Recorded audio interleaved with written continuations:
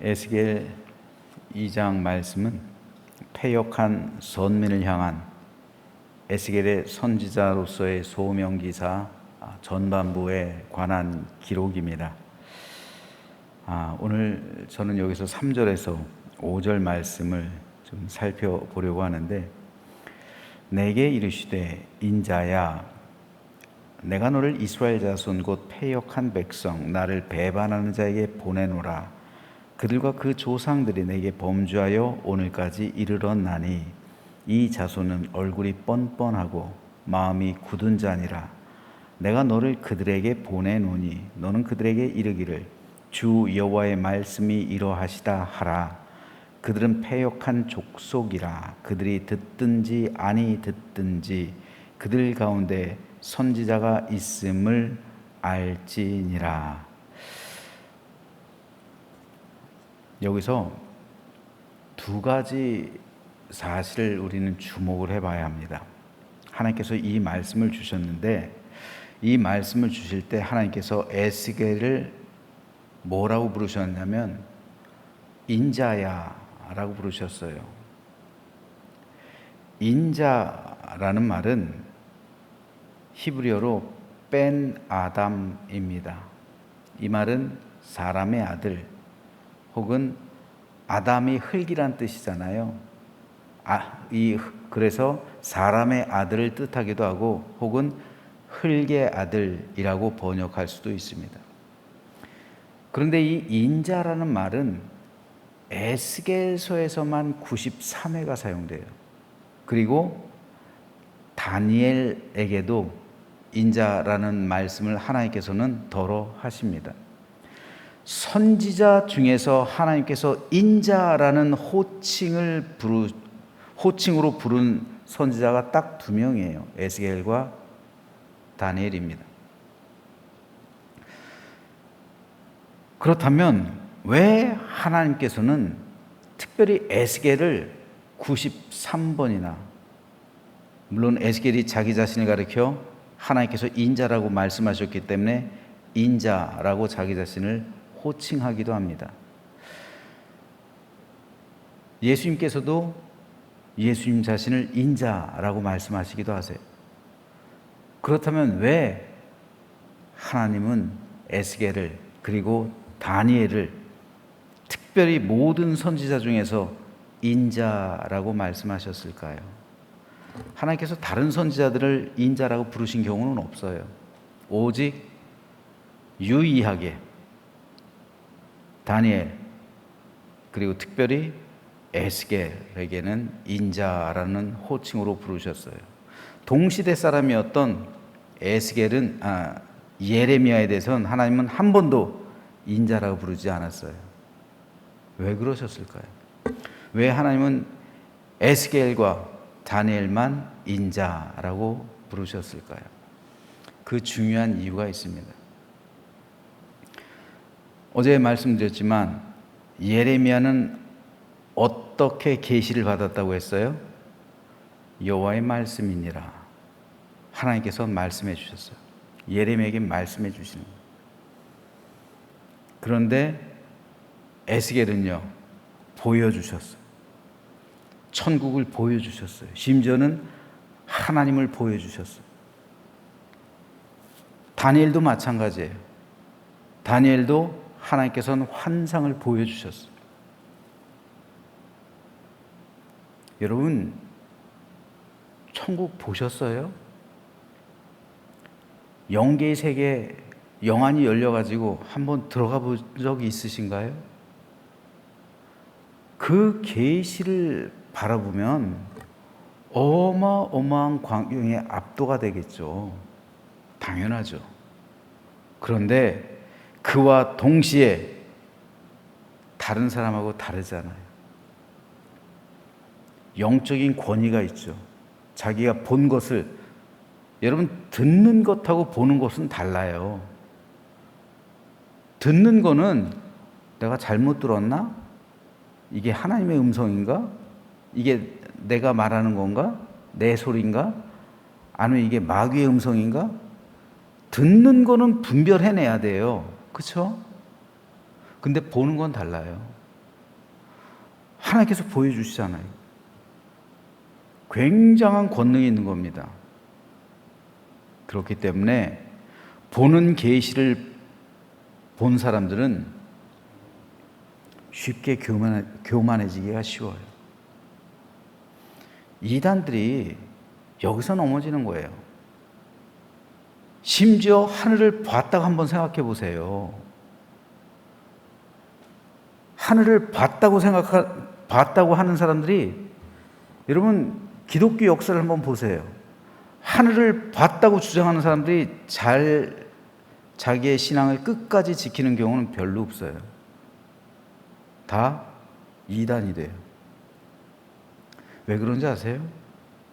교만해지기 때문에 그런 거예요. 교만해지는 거예요.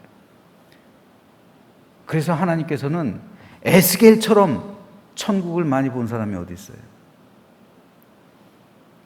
다니엘도 봤죠. 그러니까 너희들은 인자라는 것을 하나님께서는 상기시키는 거예요. 너는 흙의 사람이다. 너는 사람의 아들이다. 너는 천사가 아니라는 거예요. 너는 신이 아니라는 거예요. 그러니 교만하지 말라는 거예요. 겸손하게 너의 한계를 깨닫고, 에스겔이 환상을 보면서 우리한테 어떤 기록을 남겨요? 우리가 해석하기 어려운 말을 남기잖아요. 뭐 바퀴가 달렸고 눈이 가득하고. 이게 무슨 말인지 에스겔이나 알지 우리가 어떻게 알아요? 그거를 좀 똑바로 좀 묘사를 해주든지. 그렇죠?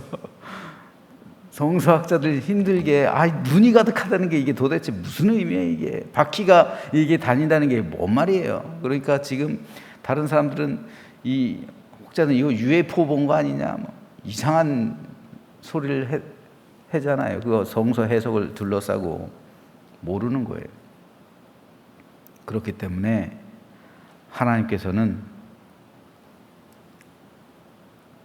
에스겔과 다니엘을 인자라고 호칭하는 거예요. 너 사람의 아들아. 너는 사람의 아들이야.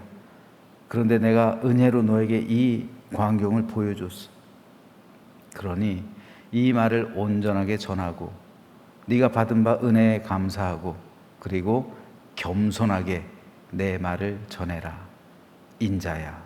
계속 하나님이 인자라고 말씀하세요. 환상을 보여주실 때마다 인자라고 말씀하시는 거예요. 겸손함을 잃지 말라는 겁니다. 사도 바울이 그랬어요.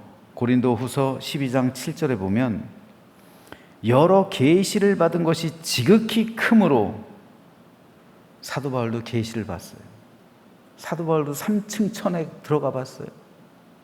계시를 봤어요. 바울이 천국을 봤어요. 요한처럼. 그 은혜가 너무나도 크니까 너무 자만하지 않게 하시려고 내 육체에 가시 곧 사탄의 사자를 주셨으니 이는 나를 쳐서 너무 자만하지 않게 하려 하심이라. 사단이 교만을 불러일으켜 가지고 심지어는 바울조차 타락시킬 수 있다는 거예요. 심지어는 바울조차요. 심지어는 하나님의 사도들조차 타락시킬 수 있는 그 힘이 있는 게 교만이란 거예요. 교권이잖아요, 교권. 그래서 하나님께서 내게 육체의 가시를 주셨다. 그걸 제어할 수 있도록 강제로 그 브레이크 작용을 하는, 여러분 차가 아무리 좋아도 브레이크 없으면 그건 차로서의 가치가 없는 거예요. 내가 아무리 성령의 능력과 아무리 많은 권능을 가지고 있다 할지라도 브레이크 작용이 없으면은 그건 위험한 거예요. 굉장히 위험한 겁니다. 이 브레이크 작용을 할 수 있는 게 내 육체의 가시라는 거예요. 그러므로 내 육체의 가시는 심판이 아니에요. 이건 오히려 축복입니다. 나를 완전하게 하는 거예요. 이건 내 삶의 재앙이 아니에요. 내 삶의 고통이 아닙니다. 물론 삶이 고통스럽게 하겠죠. 육체적으로 고난당하게 하겠죠. 하지만 그것은 나를 향한 하나님의 최선의 방법이라는 거예요. 그렇지 않았다면 사도 바울조차 넘어질 수가 있는 거예요. 그 육체의 가시가 아니었더라면요. 끝까지 바울이 자기의 믿음을 지켜낼 수 있었던 것은 그 가시 때문이라는 거예요. 오늘 우리의 삶에도 가시가 있을 수 있어요. 내 삶에 가시가 있을 수가 있어요. 나를 괴롭게 하고 나를 고통스럽게 만들고 기도해도 하나님께서 들어주지 않는 그 가시가 있을 수 있단 말이에요. 사도 바울이 경건하지 않고 성결하지 않아서 하나님이 그 기도에 응답하지 않으셨습니까? 무려 3번이나 자기가 간구했다고 하는데 그때마다 하나님이 내 은혜가 너한테 족하다 말씀하신다는 거잖아요. 왜요? 그 가시가 있어야 그 삶이 온전해지니까요. 우리 삶도 동일합니다. 내 삶에 있어서 어떤 가시가 있을 수 있는데 그것이 나를 온전하게 해주는 거예요. 그게 아니면 난 교만해진다고요. 내 삶의 브레이크가 되는 게 그 가시란 말이죠. 그래서 하나님께서 나를 여전히 인자라고 부르시는 게 너는 인자야, 너는 약한 사람이야. 하지만 너의 연약함을 통해서 네가 연약할 그때 너는 가장 강하다. 바울의 고백이잖아요. 내가 연약할 그때 가장 강함입니다. 그러므로 저와 여러분 모두가 이 가시가 우리 삶 가운데 있을 수 있지만 그래서 그것으로 인해서 고통받고 아파하고 힘들어할 수 있지만 하지만 그것이야말로 하나님께서 내 영혼의 겸손함과 내 영혼의 온전함을 위해 마련해 놓으신 안전장치, 즉 브레이크가 된다는 사실이란 그 사실을 깨달으면서 믿음으로 오히려 그것으로 인해서 도리어 바울과 같이 기뻐할 수 있는 믿음의 삶이 되시기를 주님의 이름으로 축복합니다. 다음으로 다시 한번 본문 보면요, 내게 이르시되 인자야 내가 너를 이스라엘 자손 곧 패역한 백성 나를 배반하는 자에게 보내노라. 여기서 보내노라라는 이 말에 좀 주목을 해봐야 됩니다. 하나님께서 파송하시는 거예요. 하나님께서 파송하시는데 누구한테 에스겔을 파송하느냐 하면은 바벨론에 있는 포로로 끌려간 유다 백성들 공동체 거기에다가 에스겔을 파송하시는 거예요. 그런데 유다 백성이 바벨론 포로가 되어서 에스겔 당시 2차례 거쳐 끌려갔잖아요. 주전 605년에 다니엘과 세 친구들도 어린 소년 때 어렸을 적에 귀족들이 끌려갔죠. 그리고 그로부터 12년이 지난 12년이 아니죠. 8년이죠. 597년도. 597년에 또 2차로 끌려갔잖아요. 그리고 에스겔이 주전 593년에 선지자로 부름받아요. 그런데 그때까지 유다 공동체에는 선지자가 없었던 거예요. 그래서 누구도 하나님의 말씀을 전하자는 거예요. 이때까지 몇 년입니까? 12년이요. 12년이라는 세월 동안 그들 공동체 안에 선지자가 없어서 하나님의 말씀을 전해주는 사람이 없었어요. 유다는 예레미야가 있었잖아요. 그래서 예레미야가 심지어는 편지를 쓰잖아요. 이 유다 공동체에다가, 바벨론에 있는 유다 공동체에다가 심지어는 편지를 쓰잖아요. 그런데 이 유다 공동체에는 거짓 선지자들이 있었어요. 아직까지도. 그런데 하나님께 부름받은 진짜 선지자는 없었어요. 왜 하나님께서는 그들에게 12년 동안 말씀하지 않으셨냐면, 오늘 본문에 기록된 것처럼 그들은 패역한 백성이었고 패역한 족속이기 때문입니다. 에스겔 2장에서는 패역하다라는 말이 무려 6번이나 나와요. 하나님은 하나님의 백성들을 패역한 족속이요, 패역한 사람들이라고 직접 6번 반복해서 말씀하십니다. 여기서 패역하다는 말은 반역한 자 혹은 배신한 자를 의미해요. 하나님에 대해서 배신을 했고 나아가 반역했다는 거예요. 세상 풍요로움 때문에 하나님 버리고 우상 숭배함으로 인해서 하나님을 배반하고 하나님에 대해서 반역을 했다는 거예요. 선지자들도요, 돈에 미쳐서 거짓 선지자로 전락을 해서 하나님을 배반하고 하나님에 대해서 반역을 일으켰다는 거예요. 내가 말하지도 않았는데 자기들이 스스로 하나님의 뜻이, 이거 반역이죠. 이게 선지자가 아니잖아요. 그런데 하나님은 그렇기 때문에 12년 동안 그들에 대해서 침묵하신 거예요. 아무 말씀 안 하셨어요. 그 유다 공동체에 대해서. 그러다가 하나님은 에스겔을 파송하시는 거예요.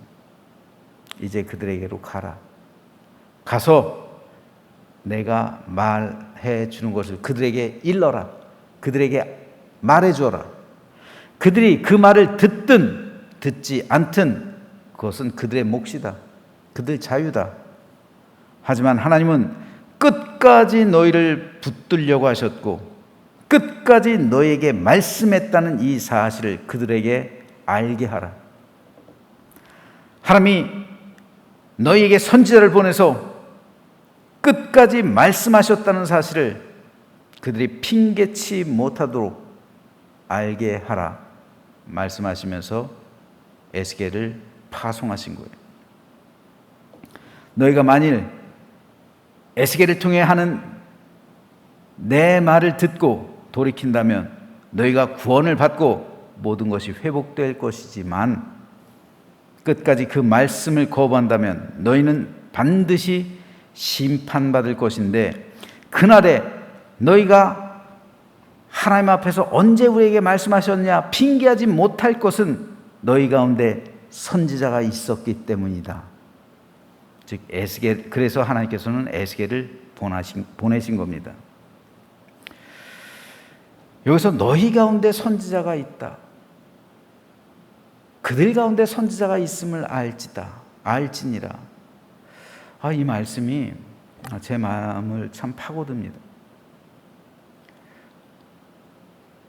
아무리 타락한 신앙 공동체라 할지라도 그들 가운데 선지자가 있음을 알지니라. 이 말씀이요. 아무리 교회가 쇠퇴하고 타락해가는 현장이 있다 할지라도 그들 가운데 선지자가 있는 거예요.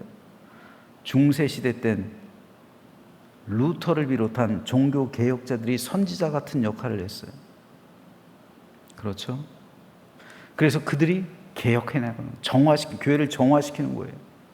에스겔이 유다 공동체를 정화시키는 거잖아요. 또 포로 귀환 후에 에스라, 이런 사람들이 그들 공동체를 정화시키는 선지자 같은 사람들이에요. 그들 가운데 선지자가 있음을 알지니라.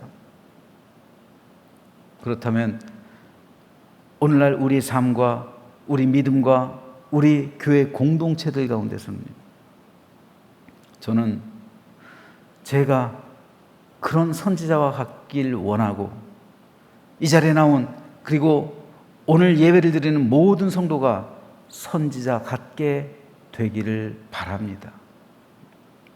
그래서 우리 가정뿐 아니라 우리 교회에서 그리고 여러분이 살아가는 삶의 현장 그 모든 직장과 일터에서 선지자처럼 살아가시며 그들 가운데 선지자가 있음을 알지니라. 네, 여러분을 선지자로 파송합니다. 저는 이 교회로 파송받은 선지자예요. 여러분 각자의 가정과 또한 일터로 파송받은 선지자들이에요. 그들 가운데 선지자가 있음을 알지니라.